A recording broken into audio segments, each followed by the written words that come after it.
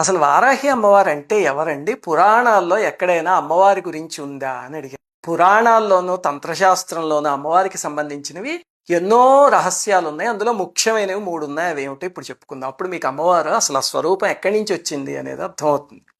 అన్నిటికన్నా ముఖ్యమైనది ఏమిటంటే బ్రహ్మాండ పురాణంలో లలితోపాఖ్యానము అని ఉంది. అంటే లలితాదేవి చరిత్ర. మనం లలితా సహస్రనామంలో చదువుకునేది ఆ అమ్మవారి చరిత్రే కదా. ఆ అమ్మవారు భండాసురుడు అనే రాక్షసుణ్ణి నాశనం చేయడానికి ఆవిర్భవించారు. అమ్మలందరికీ మూలపుటమ్మ. అయితే దేవతలందరూ అమ్మ మేము కూడా మీకు సహకరిస్తాము అంటే, నాయన మీరు సహకరించలేరు, మీరెవ్వరూ చేయలేరు ఈ పని, నేను నాలోంచే ఒక సృష్టిని ప్రారంభిస్తాను అని చెప్పి అమ్మవారు తనలోంచి ఒక సృష్టిని చేశారు. అప్పుడు అమ్మవారి హృదయంలోంచి బాలా త్రిపుర సుందరీదేవి పుట్టారు, చిన్న అమ్మవారు. అమ్మవారి బుద్ధిశక్తి నుంచి శ్యామలాదేవి పుట్టారు. అమ్మవారికి, లలితమ్మవారికి నేను అనే ప్రజ్ఞ ఉంటుంది కదా, అహం అని. మనందరం కూడా నేను నేను అంటూ ఉంటాం. అలాగే అమ్మవారి యొక్క అహం అనే ప్రజ్ఞ నుంచి వారాహి అమ్మవారు పుట్టారు. అప్పుడు వారాహి అమ్మవారికి కిరిచక్ర రథాన్ని ఇచ్చారు.